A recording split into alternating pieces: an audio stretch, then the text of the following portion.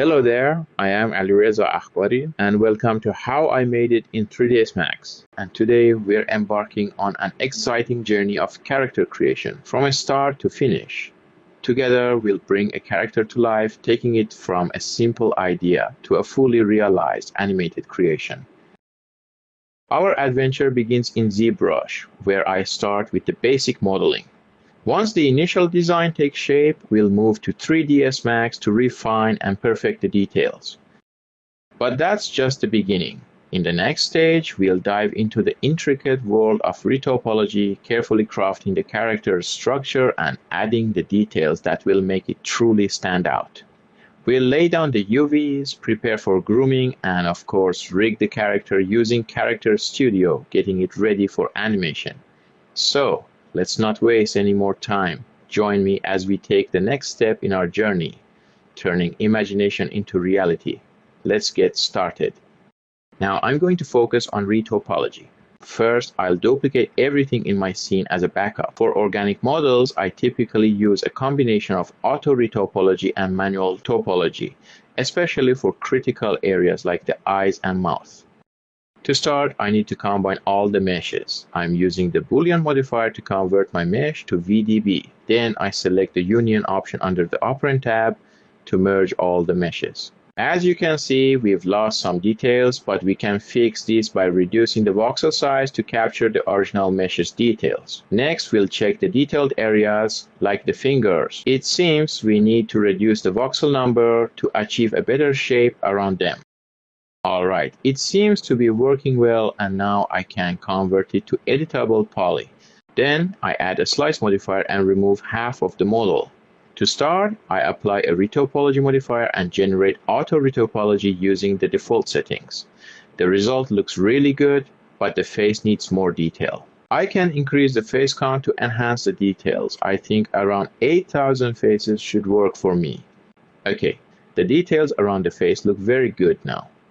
Next, I'm going to add an edit poly modifier to check the edge loops around areas like the face, legs, arms, and fingers. Everything is working well, so I can move on to the next step, which is manual topology for the eyes and mouth. So for this step, I will unhide my backup model, which I hide at the beginning. For manual topology, I'm using the ribbon tool. First, I need to select my high poly mesh as a surface under the freeform tab. Then, I use the confirm brush to confirm my model on the high poly mesh surface. Next, I will delete the faces around the eyes. I will also do the same for the area around the mouth. I can adjust the edge loop flow using the relax conform brush and the move conform brush to achieve a smoother edge loop flow.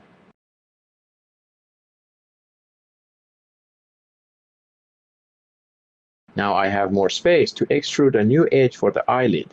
After extruding a new edge loop, I use the drag tool under the freeform tab to move the vertices into the correct position to create a nice shape. Next, I select one of the new edges and use the ring selection to select all the edges. Then I use the connect tool to add a few more edge loops, ensuring they conform around the eyelid. For the inside of the eye, I can extrude and then cap the border. Under the Modeling tab in the Polygon section, I use the GeoPoly tool to create a perfectly rounded circle shape.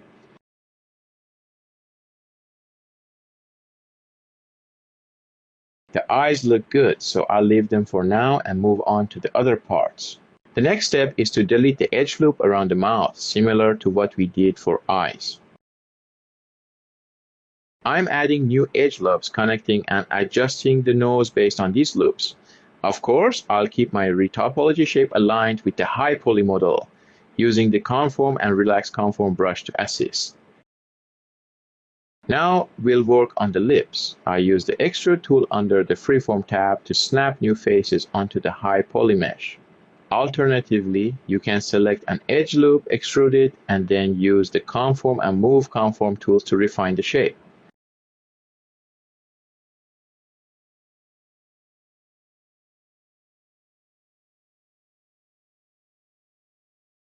With the lip edges completed, I use the bridge tool to connect the new edges I extruded to the jaw.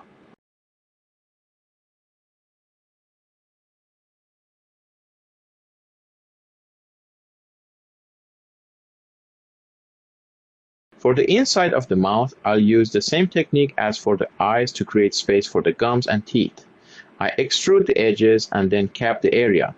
Under the Modeling tab in the Polygon section, I use the GeoPoly tool to create a perfectly rounded circle shape. Additionally, we can adjust the vertices with the Freeform Deform tool to control the volume of the vertices. So far, the result looks good. I might need to add a few more edge loops to achieve a slightly softer shape inside the mouth. Otherwise, it's looking good. Next, let's move on to creating the gums and teeth. To start, I'll use a rectangle. I'll ensure that Enable in the viewport under the Retopology tab is turned on. I'll delete half of the model, adjust the vertices to the desired shape, and then retouch the inside of the mouth based on our gum-based mesh. Next, I'll add symmetry to the half rectangle and convert it to an editable poly. I'll add a few edge loops and adjust the thickness using the Push tool. It's a good idea to apply Turbo Smooth on top of the modifier to see the effects as we add more subdivisions. Then I convert my model with all modifiers applied to an editable poly. Since I'll be using the sculpt brush after adding the teeth, it's beneficial to add a few more edge loops to increase edge density. To create the teeth, I start with a box, adjust the vertices, and apply Turbo Smooth. Then I convert it to an editable poly and use an array modifier to clone the models. I select the gum model and extract a spline shape, which I use to deform the teeth to match the gum shape. For this, I use the Path Deform modifier. Alternatively, in the Array Distribution tab, we have a spline option that performs a similar function. To avoid unnecessary deformation in each element, I need to enable Preserve Form and by element in the Path Deform modifier. Next, we can add subdivision to the gums and use the Shift brush to sculpt a more realistic gum shape. The concept behind sculpting is similar across different tools. Let's work on the upper side. I'll duplicate it and move it upside down. I may need to adjust the interior of the mouth slightly to add more volume for the gums and teeth. Usually, when I finish the mouth, I select the vertices and use X-Form Deform or move the jaw to check if everything works well. The next part, I need to retouch the fingers. Right now, I have only the basic finger shape, but the character doesn't have nails yet. I'll add them by first adding a few more edge loops to conform to the high poly model. Then I'll add additional edge loops to create the flip shape for the nail.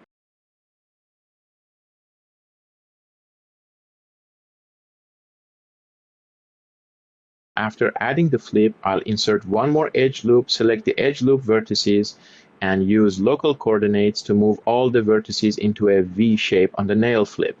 The last step in the retopology stage is adding symmetry to the shape, and there you go. The model is ready for the next stage. Now we're going to create the eyeball model. I'll start with a sphere and align it with our high poly mesh.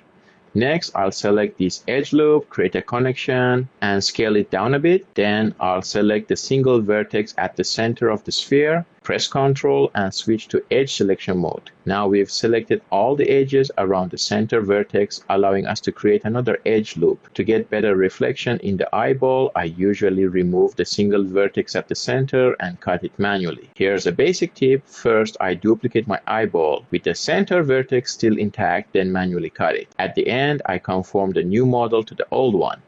This way, I maintain the curved shape and just need to smooth it out using the Relax tool. Now, I'll make a few adjustments to keep my eyeball in the correct position. Next, I duplicate the eyeball, keeping only the center faces and deleting the rest. Then, I rotate it 180 degrees, push it inside the eyeball, and flip the normals. After that, I extrude the faces. And that's how we create a basic iris model. Now, I can make a few more adjustments to the eyeball. Then, I'll select both the eyeball and the iris, group them, move the pivot to the center, and duplicate the model. The result looks good, so I'm ready to move on to the next stage. At this stage, we will work on UV mapping. First, we add the Unwrap UVW modifier, select all the faces, and under the Projection tab, choose Planar. Next, we turn on symmetrical UV and edit the seams or use edge loops to separate the UV parts. First, I separate the head UV, then the arms, hands, legs, and feet. For the character's face, I do the same for the ears, eyes, and mouth. Finally, I use peel mode under the peel tab. As you can see, we need a few more cuts in the head UV to improve the UV layout. Next, I add a few cuts with seams for the hands and fingers. Then, I address any missing parts in the UV layout and adjust areas that still need additional cuts for a better UV layout. For this character, I'm going to use a UDIM layout. I'll keep the face UV parts on one layout, the body on another, and the arms and legs on a third layout. I believe using 3 512 by 512 images works better than using a single 4K or 8K image. With UDIMS, I can increase the level of detail based on my needs. Next, we'll UV map the eyeballs, followed by the gums and teeth. For the eyeballs, I'll do the same thing. Apply a planar UV, select an edge loop and break it, then use the peel tool to open the UV. In this case, I will UV map only one eyeball and then duplicate it for the other one. We'll do the same thing as we did for the other parts. For the teeth, I used a box, and since I didn't extrude new faces, the box still has its basic UV layout. So I'll just use the auto layout feature. Next, I add an unwrap modifier to all models and refine the UV layout. The character's UVs are now ready for texturing. Before exporting to a texturing software, it's a good idea to rename all objects with proper names. Then I organize the layers and layer hierarchy for the next stage. For texturing, I'm going to use Substance Painter. In this case, I assign a simple shader, otherwise Substance will create different material groups based on my wireframe colors, which can sometimes be really useful depending on the model. So let's move on to the next stage. First, we'll set up the import settings for our character texture. I prefer to configure my color space to the ACES workflow, which I like to set up at the texture stage. In the color management settings, you can find the color space presets. For this case, I'm using ACES 1.2. You can import any type or version of ACES color space as needed. I create several folders and rename them for each part of the model. Next, I add a mask for each folder, selecting the related objects and creating a mask for each part. Now, I'll add a base layer and choose a color for each folder I created. You can create your own color palette for this purpose and add it to the color switch. Then I bake the textures. I go to the Bake menu, select Bake Mesh to Maps, choose the output resolution based on your needs, and proceed with the baking process. Now, I'm going to work on the body. I duplicate my layer, disable the normal and height maps, and keep the color and roughness. I set the roughness to 1 to achieve a rough highlight in the reflections. For the second layer, I'll generate a mask for ambient occlusion and reduce the opacity in multiply mode to create a very soft occlusion effect. Next, I'll create another layer, change the color to black, and add a mask to this layer. Under the mask, I add a paint layer. I usually create a paint layer under the mask because it's easy to edit, allowing me to add or remove paint as necessary. I create another layer to paint on the mask, adding a bit more color variation to the face.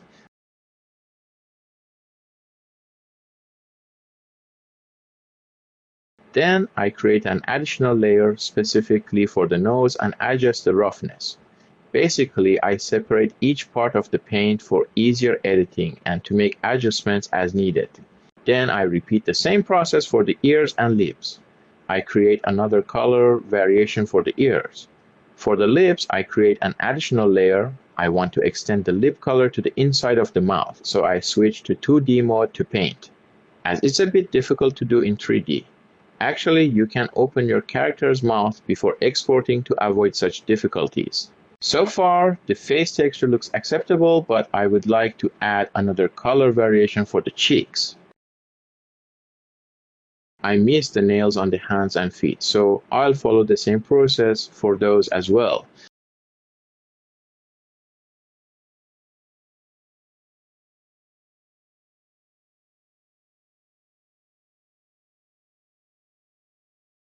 I'll also add a little bump to those areas for more detail.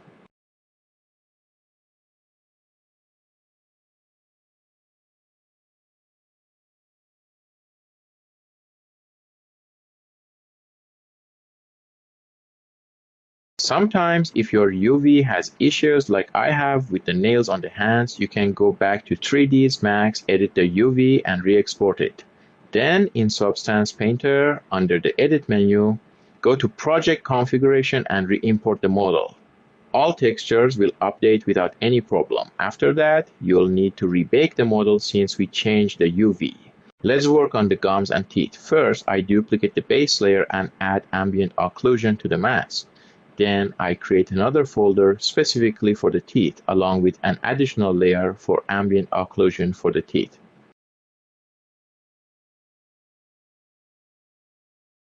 For the gums, I create a layer for roughness and add a noise map to the roughness. I also add a levels effect to adjust the roughness contrast. Then I enable the bump map and add noise to the gum texture.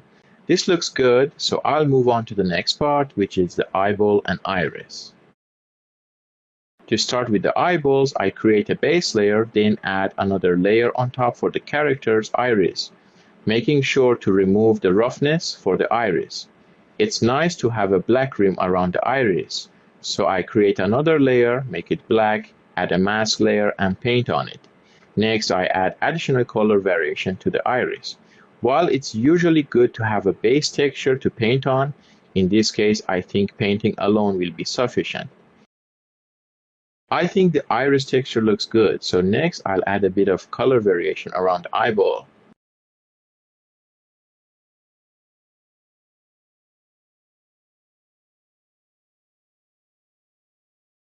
Next, I create a mask layer that I'll use as a blend mask in 3ds Max for the iris and eyeball. First, I export all textures using the default Arnold preset from Substance Painter. Then I turn off all paint layers and export my mask layer separately. To export my mask, I create a custom preset that exports only the color. I also export all textures in the EXR format. After that, we'll move on to the next stage, which is look development with Arnold.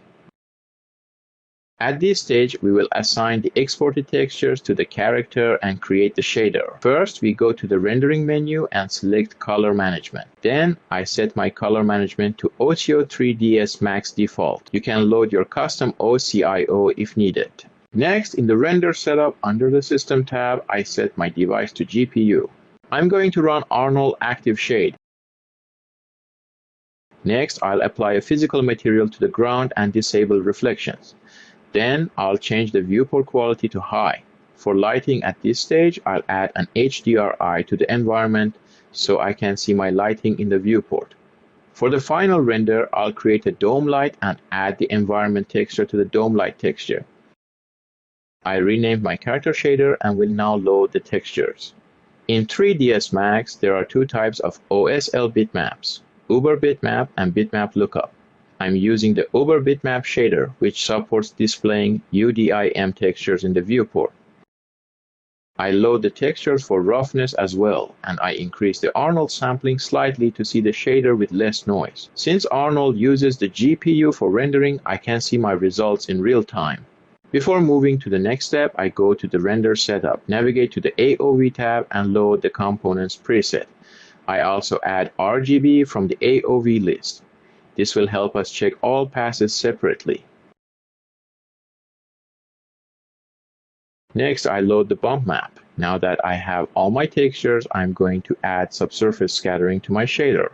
First, I remove all the textures. Alternatively, you can disable them from the map under the shader parameters. Then I increase the subsurface scattering to the desired amount. As you can see, it's too much right now, so I need to reduce the scale and depth in the subsurface parameters. Before we move on to the next step, let's explain why I set up the shader using physical material instead of Arnold surface. The concept behind physical material is to have a shader that works universally across all render engines in 3ds Max. This means that the parameters you set up with physical material and OSL will produce consistent results, whether you are using Arnold, V-Ray, or other render engines. This flexibility allows you to switch between render engines based on your project needs. Let's take a look and set up a shader with Arnold surface for comparison. For achieving a human-like skin color, I usually follow the parameters recommended by Arnold on their guide website. I set all parameters the same for both shaders and compare the results. The outcome is identical. The only difference is that Arnold allows you to choose the method of scattering, while physical material uses a global parameter set from the render setup under the Arnold renderer. Let's reconnect all the textures to the shader. Additionally, connect the base color or diffuse map to the subsurface color. We set up all the shaders with UDIMS at the beginning. Now, with one shader already prepared, the rest of the character shaders are ready to go. I need to readjust and create a specific shader for the eyeball using the mask we created in Substance Painter during the previous stage. For the eyeball, I use a blend shader to mix my SSS shader with another shader that has transparency, allowing us to see the iris inside the eyeball. I add the mask texture to the mix and enable realistic mode, then increase the transparency amount on the physical material. If it's necessary to see the iris in your render pass, you can use a float value from an OSL map and connect it to the cutout opacity.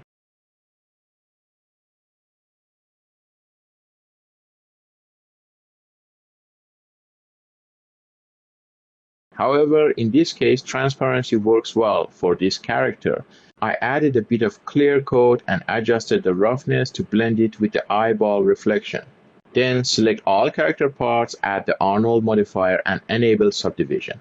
Specifically for the iris, I duplicate our main shader, reduce or remove the SSS, and assign it to the iris. Now I'm going to pack and rename my shaders for better organization as we move on to the next stage. At this stage, we are working on the long hair. To begin, we need to create a separate mask specifically for the long hair. I'll assign a physical shader and then open the viewport canvas to create a bitmap for painting. I'll start with black as the base color since the viewport canvas automatically fills uncovered UV areas with black, creating a padding effect that prevents unnecessary pixels from appearing white.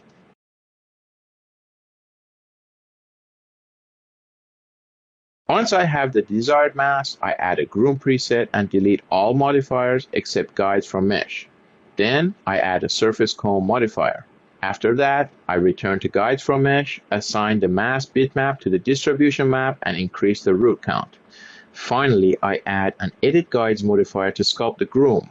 Once the result is acceptable, we can add a hair from guides modifier and assign the bitmap mask to the distribution map. Then we can return to edit guides to refine the shape.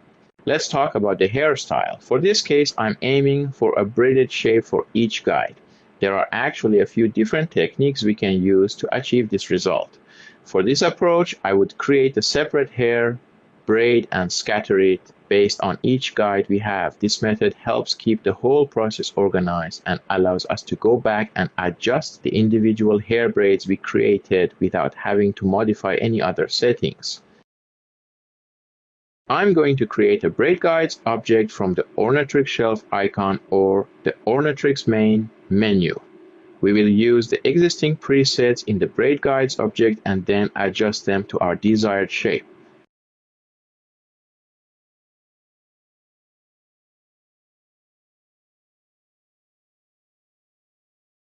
To increase hair volume and count, I use the strand multiplier.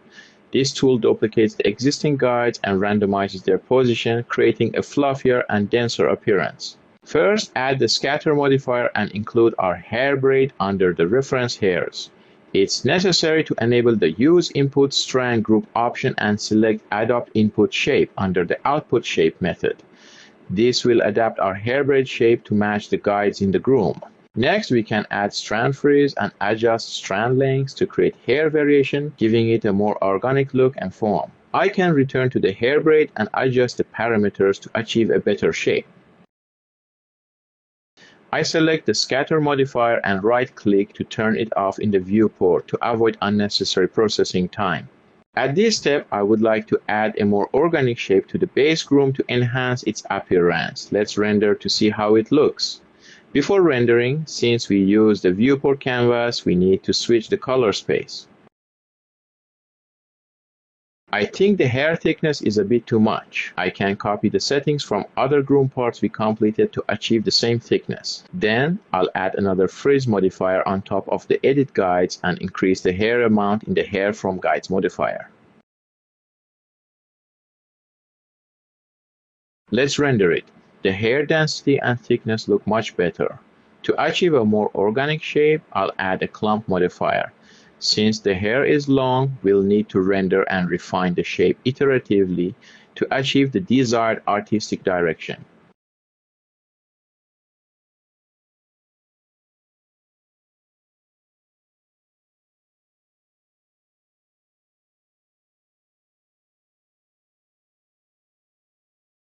The progress looks promising. I'll enable the scatter modifier in the viewport and adjust the frizz settings to see the changes interactively.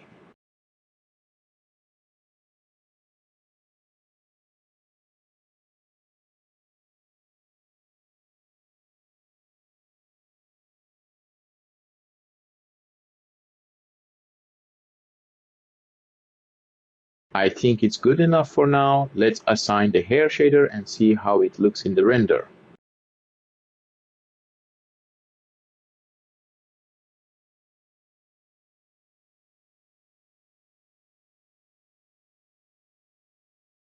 It's a good idea to refine some areas. I will edit the general shape and make further refinements.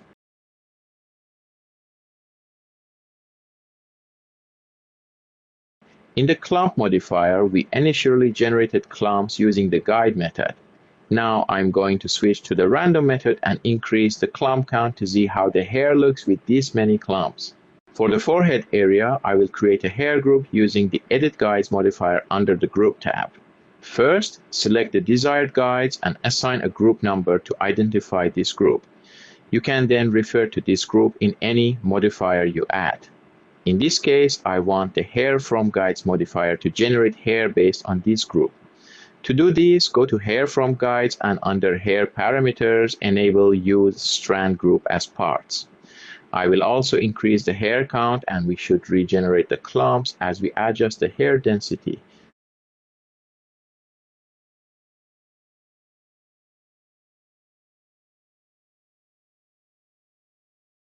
It seems everything is working well. I'm going to bake the modifiers as we did with the other parts and ensure that all layers and object names are correct. Then I'll prepare for the next stage. At this stage, we are going to work on the short hair, which includes the hands, face, ears, and feet. First, I select the hands and delete the nails as our character naturally doesn't have hair there.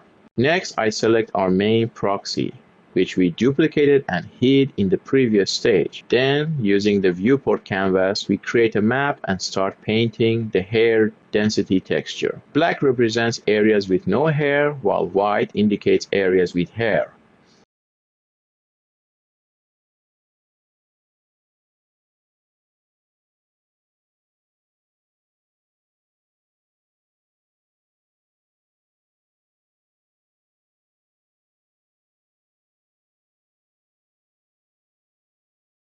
After painting, we can blur the border between the white and black areas to achieve a smooth transition in hair density.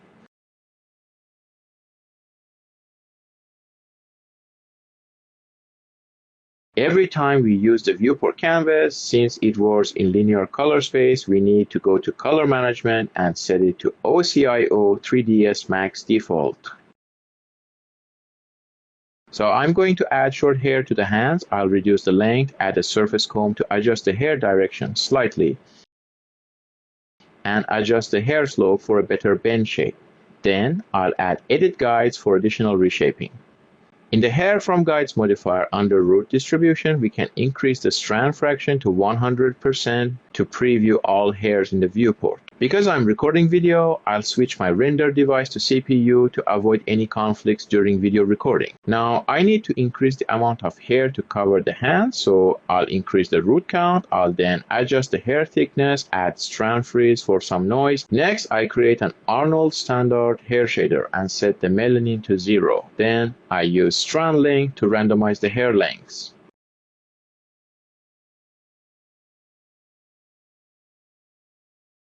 Let's render to see the result. It's okay, but we can make some tweaks for a better outcome.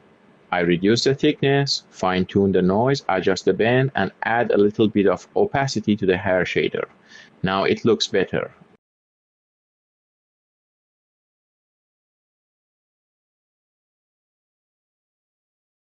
Once we finish grooming, similar to the eyelashes, we bake all modifiers under hair from guides. Next, we add the ground strands modifier and attach it to the proxy. We disable root detach under ground strands and ensure that root caching is enabled under the hair from guides modifier. Now, we'll start working on the ears. We use the default preset and follow the same process as before. Additionally, we apply our mask texture for density on the hair distribution maps under the hair from guides modifier.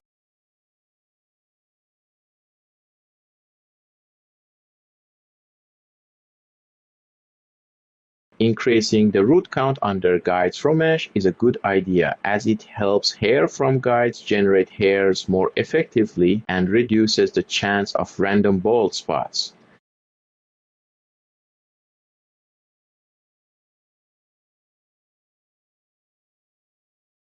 I think the ear grooming looks good. I'll collapse the groom and move on to work on the feet.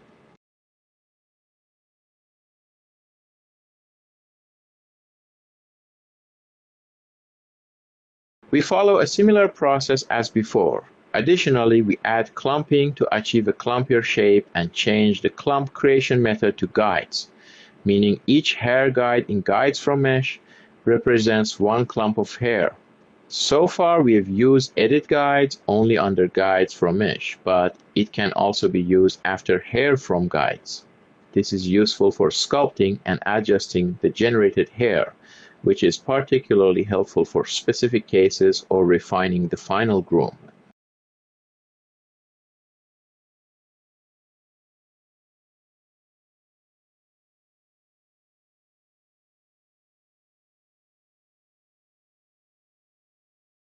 We can also add another clump with a random method to break larger clumps into smaller, chunkier ones.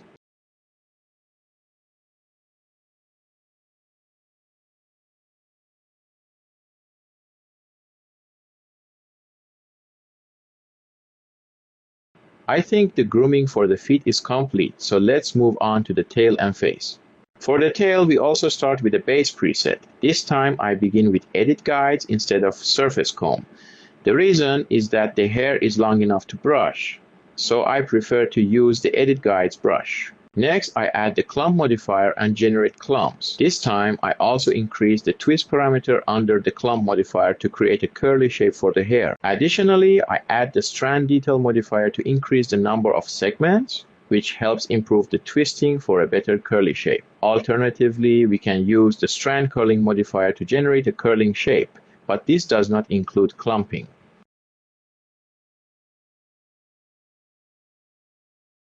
Let's assign a shader to check it in the render. It seems to work well, so I'll bake the modifiers and start working on the face.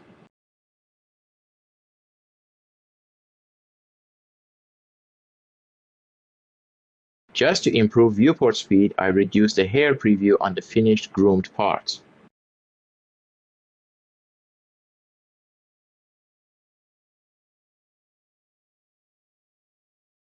I separate the face from the body and load the default preset.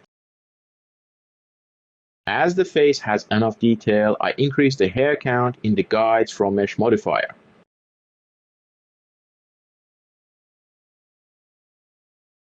I then set it to shorter hair and use the surface comb to direct the hair based on natural patterns observed in animal fur. Then I want to reduce the length around the eyes. To do this, I use the Edit Guides tool with the Select brush to choose the necessary areas. Next, I use the Grow Shrink brush to adjust the length. I need to make sure I enable the Affect Selected Only option under the Brush Options tab. We can duplicate top modifiers like Change Width, Strand Freeze, or Clump from other parts of the groom. We just need to regenerate the clump for the current groom. Let's render to check our base groom. It seems I forgot to paint the nose area to remove the grooming there. I'll select the main proxy and using viewport canvas, I'll paint over the nose area to correct this.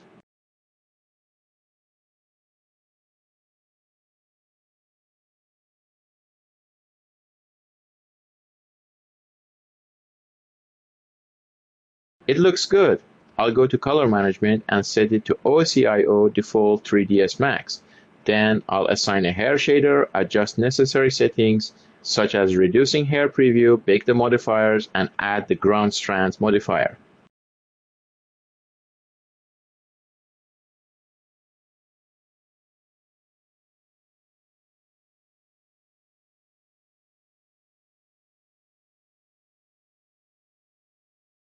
The result looks nice. Let's move on to the next stage, long hair and body fur.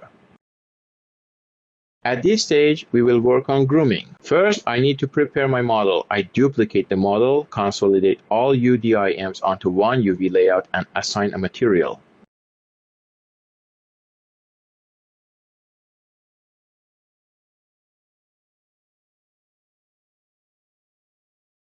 This base proxy will serve as the foundation from which I will create different parts of the grooming. I duplicate the main proxy and hide the duplicate. Next, I delete the faces where we won't have hair, such as around the mouth and eyes. Then I detach the parts that will have short hair and long hair.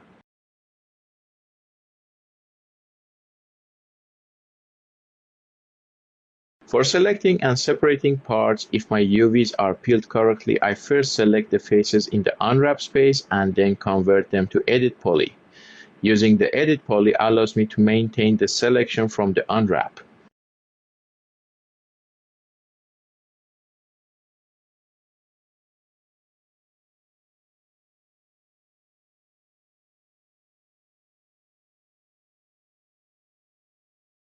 For eyelashes, I separate a thin edge loop along the edge of the eyelid.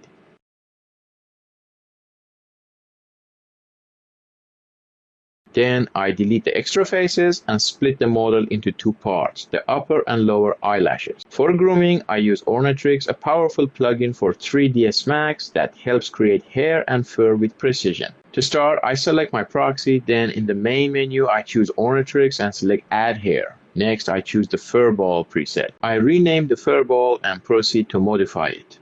I select guides from mesh and under the guide parameters, I reduce the guide length to achieve shorter hair.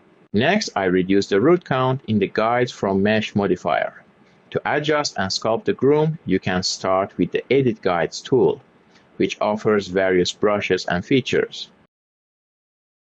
Alternatively, you can use the Surface Comb tool, which works with the direction you create on your mesh surface. I start with the surface comb modified to add direction to the guides. On top of that, I use the Edit Guides modifier to adjust the lengths and shapes. Another modifier generated with presets is Hair from Guides, which we will explore later. For now, I change the generation method parameters from even to guides as hair. So far, the shape is improving. I think it's a good idea to add the OX clump modifier to achieve a slightly clumpy appearance. Under the Local Parameters tab of the Clump modifier, I'll set the clump count so that one clump forms every 60 hairs. Then I'll adjust the strand shape from the Global Parameters tab.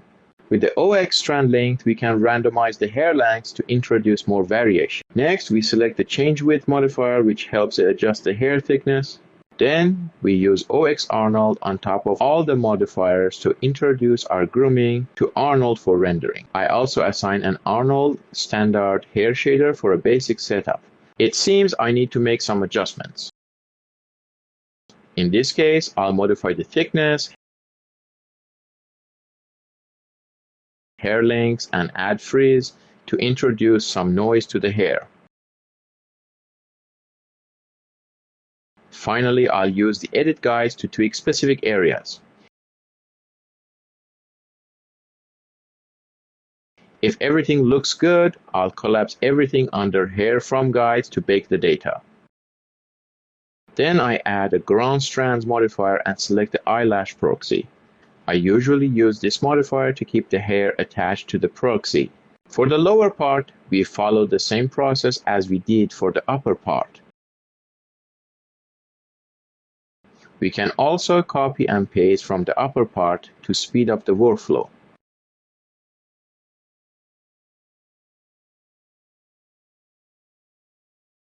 Let's run Arnold Active Shade to preview how the render looks.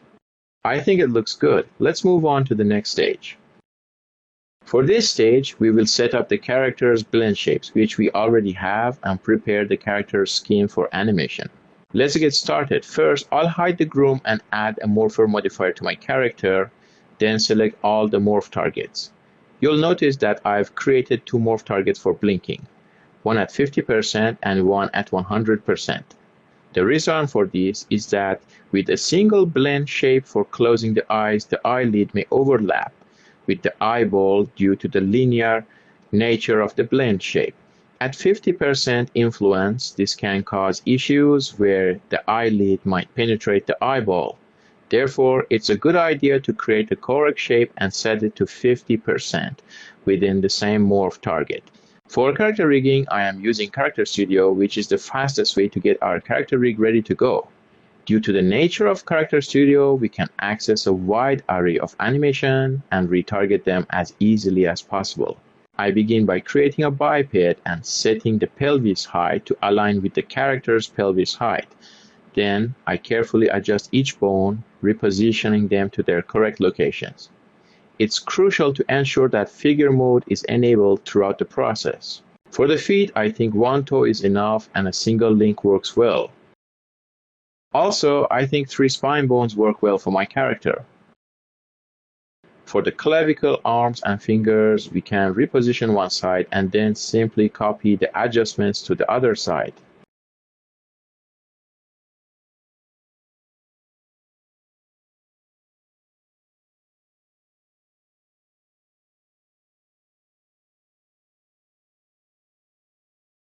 I'll select all the arm bones and under the Copy Paste tab, first create a collection. Then I'll copy the posture and simply paste it to the other side. For the legs, I'll follow the same process we used for the arms. We'll copy them to the other side by selecting all the leg bones and under the Copy Paste tab, copy the posture and simply paste it to the other side. By default, biped allows you to create a human-like skeleton, but it also gives you the flexibility to add extra bones for non-human rigs or additional bones for your character's face, accessories, and more. In this case, I'm going to add a few extra bones for the jaw, ears, and tail. To do this, go to the Extras section under the Structure tab and create the extra bones. Under the Extras tab, there's an arrow icon that indicates where your extra bone is linked. You can simply select the desired extra bone, press the arrow button, and choose your target bone to link it. If you want to create a mirrored bone on the opposite side, simply select the corresponding bone and press the Create Opposite button. The character's biped is set for now. I'm going to create a simple rig for the eyeballs and then we'll return to the biped later. I created a helper for the eyes and aligned it to each eye. Then I created a circle and positioned it where I want the eyes to look. Next, I linked the helpers to the head biped, assigned a look at constraint, and set the target to the circle. Under the look at constraint, I selected the up node to be the biped head, ensuring that the orientation is drawn from the constraint object to the up node object. Right now, all the morph parameters are only available under the morpher modifier, which isn't very convenient for animators. There are a few techniques we can use to expose these parameters on sliders or in more accessible places for easier animation control. For this, I'll add an attribute holder to my circle. Then, in the animation menu, I'll select Parameter Editor and add the parameters to my attribute holder. Since this is for eye look direction, we'll also expose all the morpher parameters here. Additionally, the parameter editor provides a preset manager, allowing us to mix different morphers and recall them as needed.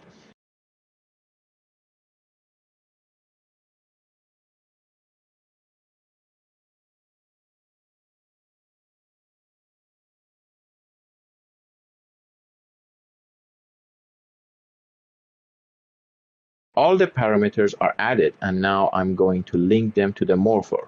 To do this, I'll use wire parameters, which you can find in the main menu under Animation menu, Wire Parameters. Alternatively, you can right-click on your object, select Wire Parameters, choose the desired parameter, then select the second object and the parameter you want to link. In Wire Parameters dialog, there are a few different control directions to choose from, two-way. Both parameters affect each other. Right to left, right control left, left to right, left controls right. For this setup, I want the right parameter to control the left parameter. I select the parameters I want to link and connect them. I'll repeat this process for all the morphers. Before moving to the next stage, I'm going to check the entire character setup to ensure everything works properly.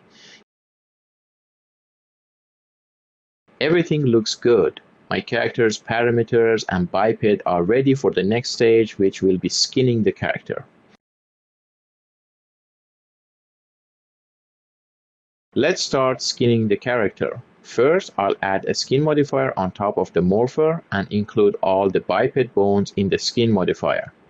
To begin skinning, it's a good idea to use the voxel weight method for a quick initial result, which we can then edit and refine. Next, I'll add a few keyframes for character poses to check the skinning and refine it as needed. You can save the animation test and load it for your future characters, which can speed up your workflow. Alright, it seems our basic animation works well enough that we can start refining the skin weights. I start by painting the weights, and in the brush options, I set the maximum strength to a small amount to apply a very subtle weight effect. Next, I refine it using the weight tool by selecting vertices, assigning weights, and then blending them with the weights of other vertices.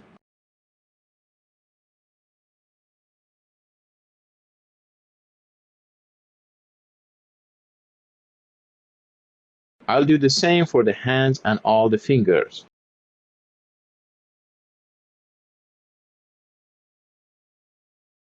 So far, the results are acceptable. Next, I'll add a Turbo Smooth modifier to see how it looks with higher subdivisions. Sometimes during skinning, you may feel the need to add more edge loops to improve the skinning, which is the scenario we have here. By default, if you add or remove edges in an editable poly, your morpher modifier will stop working, because the vertex count and vertex IDs must remain the same. In this case, you need to add an edit poly modifier to make your edits, whether adding or removing edges.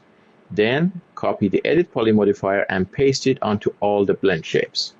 This will work without issues, but you'll need to enable automatically reload targets in the character's morpher modifier.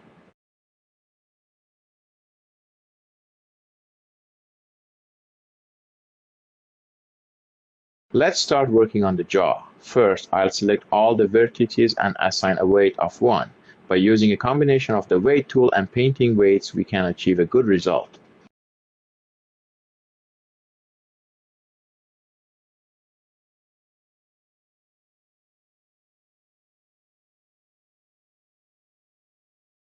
Sometimes we might feel that a bone is not in the correct position, but this can be easily fixed. First, select the biped and switch to figure mode, which is the character's base pose. Then, in the skin modifier, disable Always Deform under the advanced parameters, reposition the bone, and re-enable Always Deform.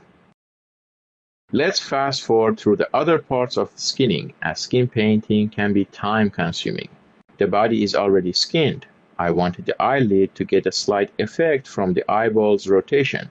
So I'll add the helper we created for the eyeball to the skin modifier and paint a very small weight to achieve a subtle effect.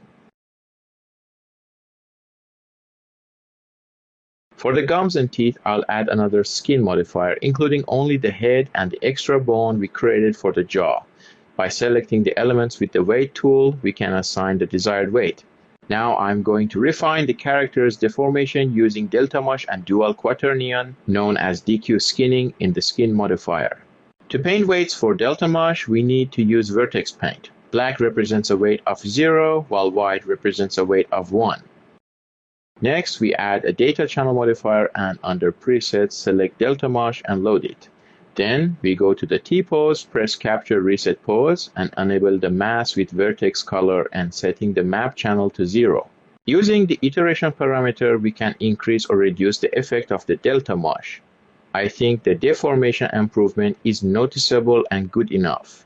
Next, go back to the skin modifier and under parameters, make sure DQ skinning is enabled.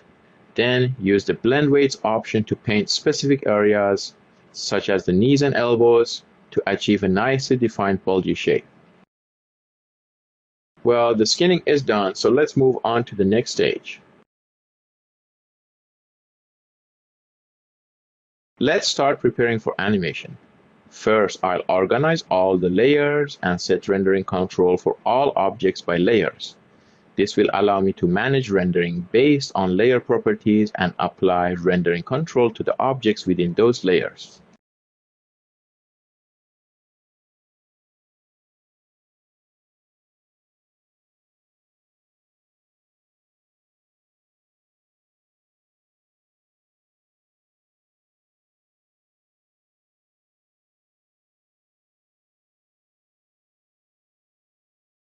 Next, I select all the groom proxies, apply a skin wrap, and pick our character. Since we are using the Arnold modifier, we don't need to worry about adding a turbo smooth modifier and breaking the skin wrap. With the V-Ray displacement modifier, we can achieve the same result by enabling subdivision. Let's find a few animation on the Mixamo website. Mixamo only provides files in the FBX format, so we'll need to convert them to biped. There are a few scripts that can help with this. One is FBX to biped, which converts any type of FBX to biped, though you'll need to assign it manually. Another is Mixamo to biped, specifically created for Mixamo files. If you prefer not to use Mixamo animation, you can search for animation in the BVH or BIP formats, both of which Character Studio can read directly. I have downloaded a few animations and now I'm going to convert them to biped. Then, using Character Studio Mixer, I'll blend the animations and assign them to our character. I deleted all keyframes and opened Character Studio Mixer. In the Mixer dialog, there are two types of layers, normal layer and transition layer. We'll use the transition layer to blend between animations.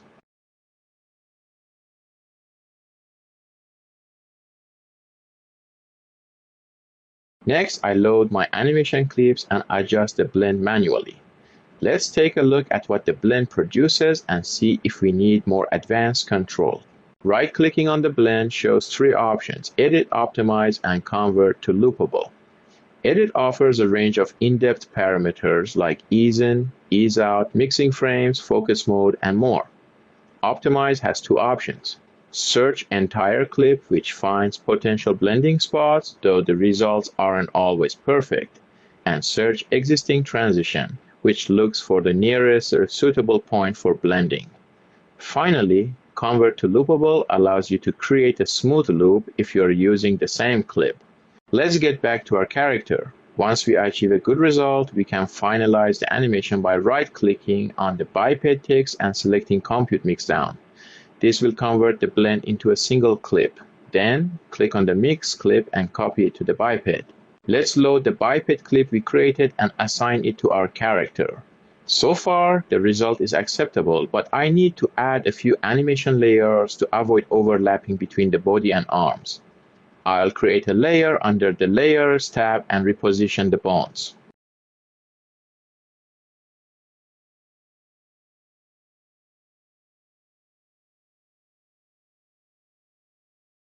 I've made some adjustments to the animation layers and now I'm going to add dynamics to the character. First, I need to prepare a few things on our groom for better visibility in the viewport. First, I duplicate the change width modifier and make the hair thicker to see it better, then set it to off in the render. I also add a rotate strand modifier which helps me rotate all the hair strands to align with the camera. Additionally, I add a strand detail modifier on top of edit guides and reduce the segment count. In Ownertrix dynamics, fewer segments mean more limited movement and dynamics.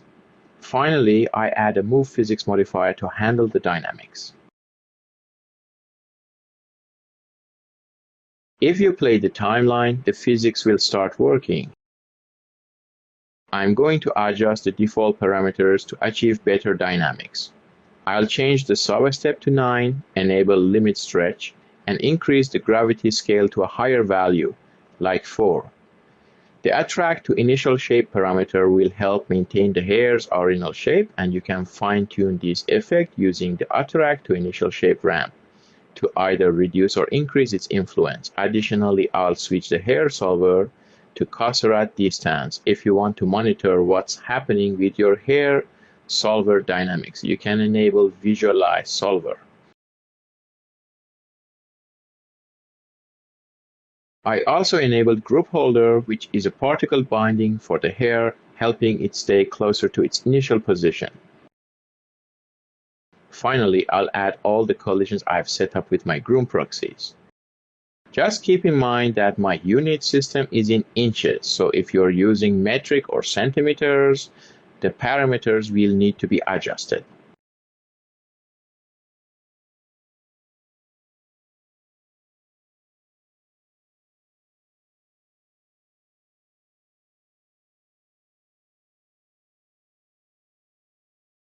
I like the dynamic animation, so I'm going to add an animation cache that will record the dynamics and save it as an Alembic file.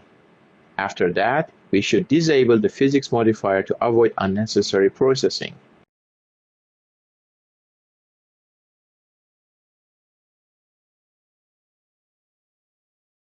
I created a play blast to review the animation with dynamics. I could increase the dynamics a bit more, but I'll leave it as is for now and move on to adding the facial animation. At this stage, we're going to animate our character's facial expressions and eye targets. Additionally, we'll animate a base camera to add more depth and emotion to the scene. As you can see, we've exposed all the morph targets to the circle that the eye target is also linked to. If you want, you can create a camera, zoom in on the face, and link it to the circle. This way, the camera's position and rotation are locked to the circle, making it easier to animate facial expression. If you want to view or adjust the timing of all keyframes individually, you can open the curve editor where all the keys are exposed. Let's take a look at an example. If I select my circle, then go to Modifier, Object, Attribute Holder, Custom Attributes, we can access all the keyframes for editing, retiming, removing, or adding new keyframes. Now let's get back to our character and finish the facial expressions. I'm going to create a play blast to get some feedback. The facial animation needs more tweaks and keyframe adjustments, which I'll edit.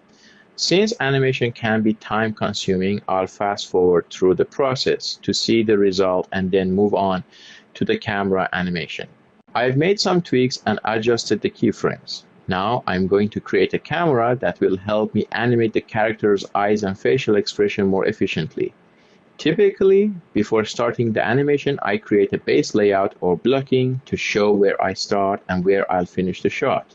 I usually use only a free camera, and I reserve a target camera for specific cases.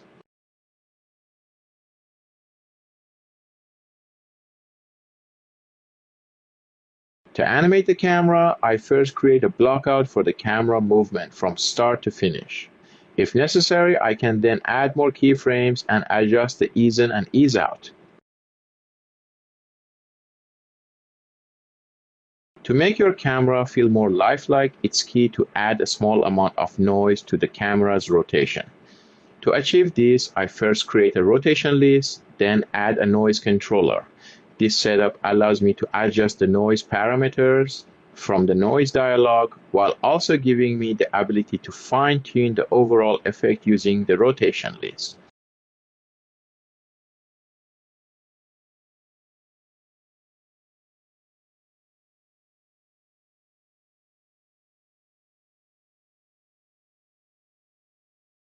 So far, I'm pleased with the overall result, so I'll save the file for the next stage. At this stage, before we create the environment, I'd like to tweak a few areas such as dynamics and look development, and also optimize everything for rendering. First, I'm going to optimize the groom shader. When we set melanin to 0, it tends to make the render heavier. For realistic results, it's recommended to set the hair color using transmission tints and specular. However, since I want to boost render speed as much as possible, I'll set the color with diffuse and reduce both transmission and melanin. Next, I'll create an Arnold ramp float to generate a gradient from the tip to the root of each hair strand. To introduce Ornatrix UVs to the Arnold ramp, we need to set the ramp float UV to V, which controls the gradient from tip to root and enable implicit UVs. There's also another option called Curve Only that can be used for advanced shading, but is not necessary for the current groom.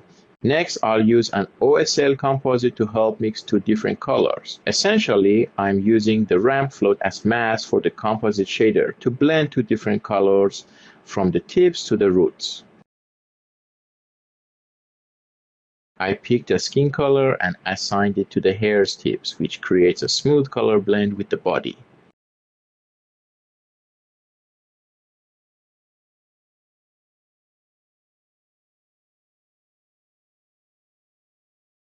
Next, I'll adjust the physics parameters. I'll disable group holders because I want more individual dynamics. Increase the drag value to give a heavier feel, reduce gravity, and record the dynamics using the animation cache modifier.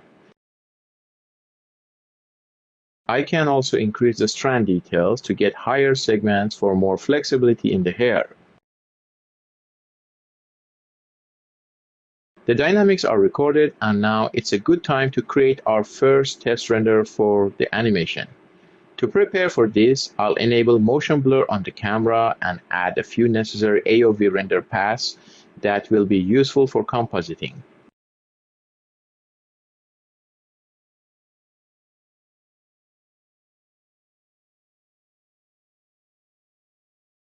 Our first test render looks promising as all aspects are working well. Let's move on to the next stage. At this stage, we're going to create the main parts of the environment and combine them with the assets we already have. The idea is to create a small farm with a stage where our character will perform. I'll model my stage procedurally, allowing me to keep all the work steps intact until I need to make edits. First, I create a rectangle shape, add a shell modifier to extrude it, and then apply an array modifier to clone the model and introduce variation in position and rotation. This forms the base of our stage ground. Next, I duplicate that model, move it beneath the original ground model, and adjust the array parameters to achieve the desired number and placement.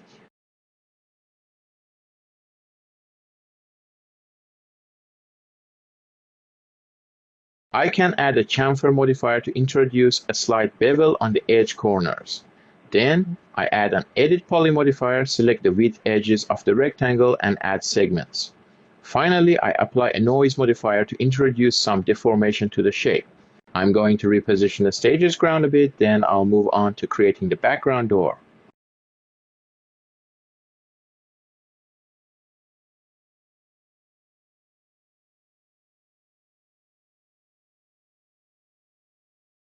For the background door, I'll use the same technique we used for the wooden ground, creating a rectangle, cloning it with the array modifier, and adding variations.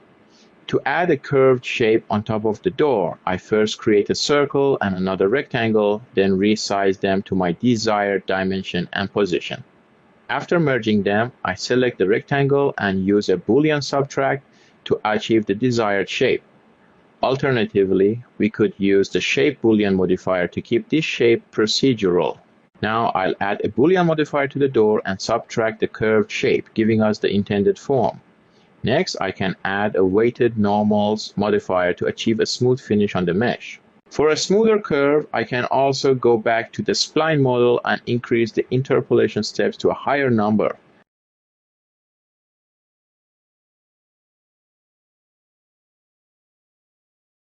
We'll follow the same process for the other model we want to create.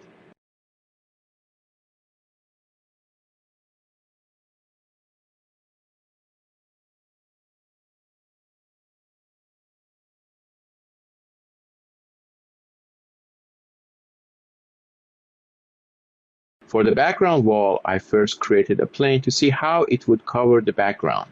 Then I selected the side edges and extracted a spline shape.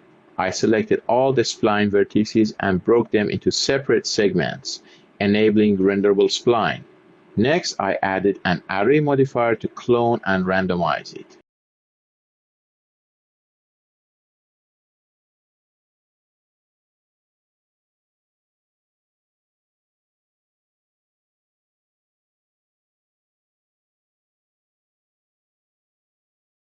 Afterward, I created a proxy for my environment, ground, and assets.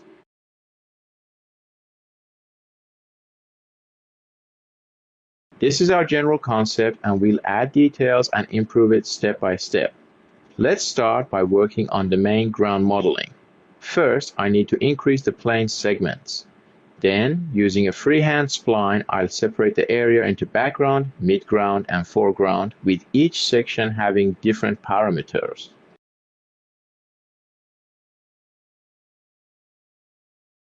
Next, we'll use a wall select modifier on our ground model, set the selection to vertex, and choose select by mesh object. Then, select the background freehand spline we created. Now, any modifier added on top will only affect this area. We'll also use the freehand spline for scattering grass and flowers on the ground.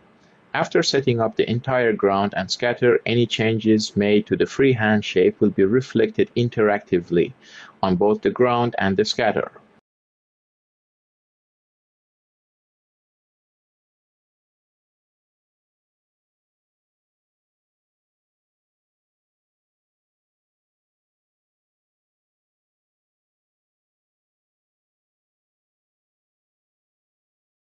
Next, we want to create a barrel, but let's test and compare the workflow we used with a slightly more classic approach.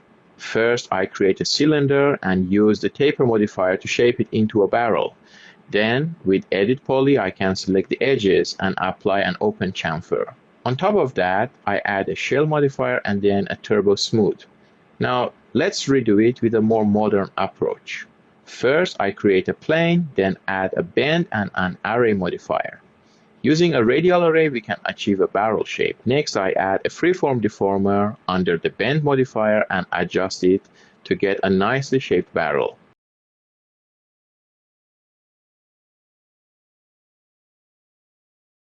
Finally, I add a shell modifier and can even randomize it with the array modifier. Surprisingly, the new workflow is more efficient and allows me to go back to each step to adjust all the parameters. I can also UV map a single piece of wood, then after applying the array modifier, add another UV unwrap and layout it.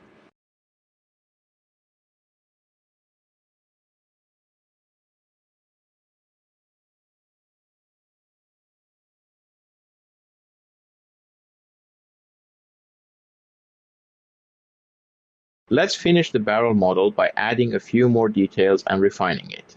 For the barrel door, we'll use the same technique we used for the stage door, duplicating a few wood pieces and using a Boolean operation to remove the extra parts.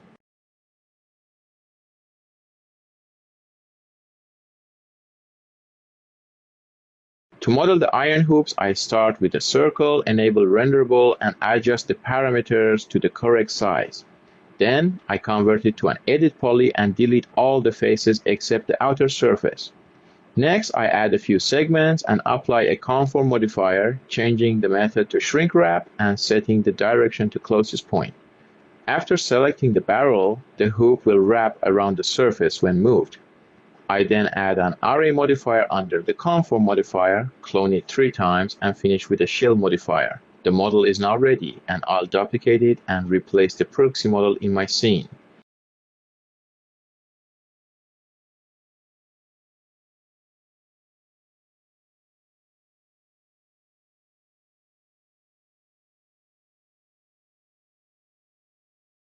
We'll use the same technique with the array modifier for the wooden fences by duplicating one of the model in the scene and adjusting it for the fences.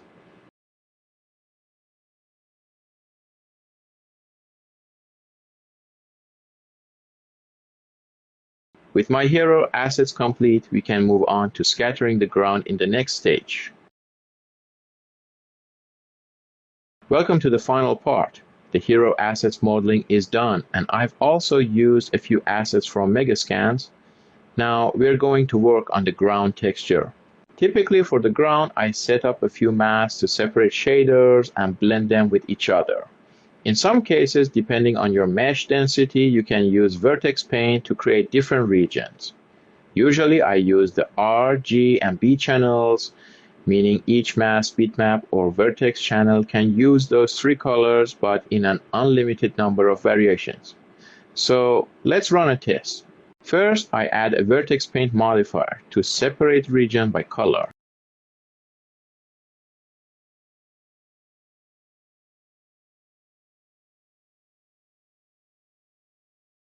Then I create a layer shader to blend 2 materials. For the mask, I use the vertex color and select the green channel in the sub-channel options. Additionally, I add an OSL color correction node to adjust contrast and brightness, giving me more control over the mask. In this example, we explored the concept of the workflow, but in this case, vertex color isn't effective because we don't have enough vertex density. I usually use bitmaps in such situation. Additionally, since we are using a primitive plane model and simply increasing the segments, there's no need to UV map the model. The UVs already exist.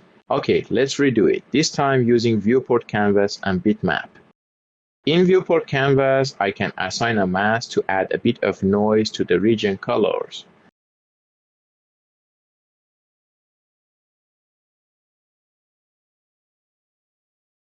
I remove the vertex color and assign the painted color regions.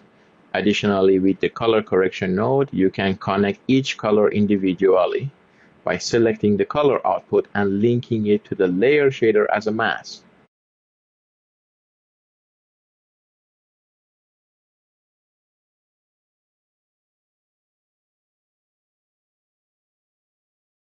The mask regions seem to be working well. Now, let's create the first shader for the ground.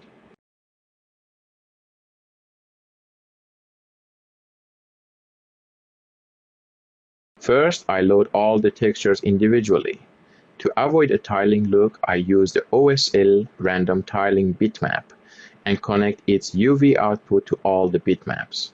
This node allows us to control and randomize the tiling of the other textures. For the second shader, I duplicate all the texture nodes and load a different set of textures, which will be connected to the second shader. We'll also use this setup to create a displacement mix. First, create a composite node using OSL, then assign the displacement textures we've already loaded and used as bump maps. Next, connect the mask region to the top layer mask on the composite node. Finally, add an Arnold property modifier and assign the displacement to it. The displacement works well, and adding subdivision can increase the displacement details, but I don't think it's a good idea to add subdivision to large or mid-sized landscapes. Fortunately, Arnold's displacement also generates a bump based on the displacement, which gives us a good visual. Let's change the displacement and texture for the central area to something like soil.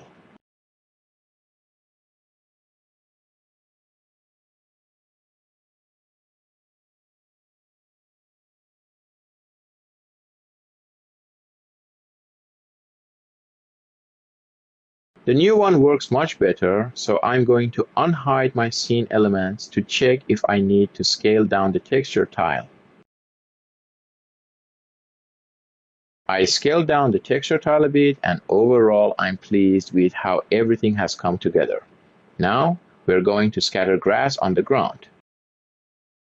For scattering, I'm using the TileFlow plugin, which has a free version you can use for your projects. I created a TileFlow icon and opened the Edit node. While you can use TileFlow's scatter preset by right-clicking on the node base and selecting a preset, we're going to create a scatter setup from scratch and add some additional nodes. We can also save this setup as a preset to use in future projects. To begin, first we create a birth node, which includes a display node. By disabling End on the particle birth settings, we can set only the start frame, meaning no particles will be born after this frame. We can also increase the total amount, which determines the number of particles. Next, we add a position object node where we select our ground object and the birth will scatter particles on the surface. After that, we create a shape node, which will either create a shape or read the geometry in the scene and replace the particles with it. I selected all my grass models and created a group. Then, under the shape properties, I'll pick my group using the reference node. I also need to enable split group members and keep original pivots to maintain the original pivots from the individual objects. In the display node, I changed the particles to display as geometry. Since my group model already has a few grass variations, there is already some scale variation, but we'll add additional scale variations separately to make it more lifelike. Now is a good time to add a rotation node where we can introduce horizontal rotation variation. Let's also increase the amount of grass and add scale variation in the shape node. In the next step, I want to keep grass only in the center area and delete it from other parts. To do this, we need to create a surface test node. Under the surface test mode, select volume outside and choose the center freehand spline we created for the ground to split the areas. The surface node passes the particles outside the area to another node. We can create a delete node to remove these particles. Additionally, there is grass under the stage that we need to delete. To do this, we duplicate our surface node, select volume inside in the surface properties, select the box proxy that's set to the stage area size, and connect it to the delete node as well. To optimize the viewport, I'll change the geometry mode to display as box under the display node. Let's render a frame and check the result. To do this, we need to add a mesh node, which converts particles to instances or geometry depending on the option we choose. It seems our scatter didn't read the textures. To fix this, select the shape node and under Instance Material, choose Inherit from Reference. This will ensure that the scattered shapes use the shader applied to the original grass model. As you can see, the grass looks a bit too bright, so I'm going to check the shader. Here's a tip about loading bitmaps. If you want to get the correct color space, it's better to load textures with OSL, which ensures that all texture color spaces work correctly.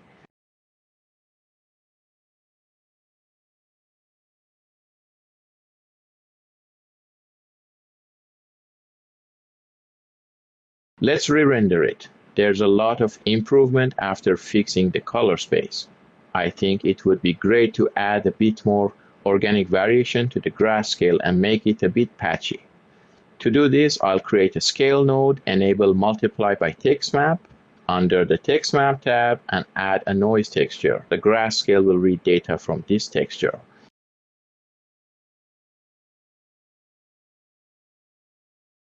Next, I create another surface test node, but this time I set the surface test mode to texture and assign a new noise map.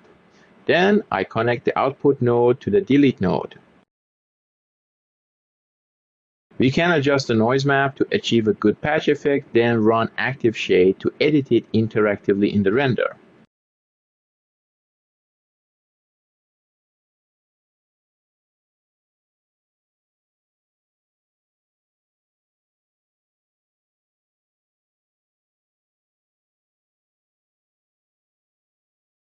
It looks great. Now we can duplicate this node and change the surface test shape from the center freehand spline to other parts.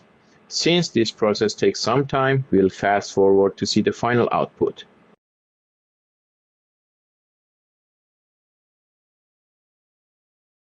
As you can see, all the grass blends very well with the environment. Now, we can add a bit more detail by including a few flowers. To do this, I just need to duplicate the scatter node for the area where we want the flowers, assign the flower group, and reduce the total number of particles.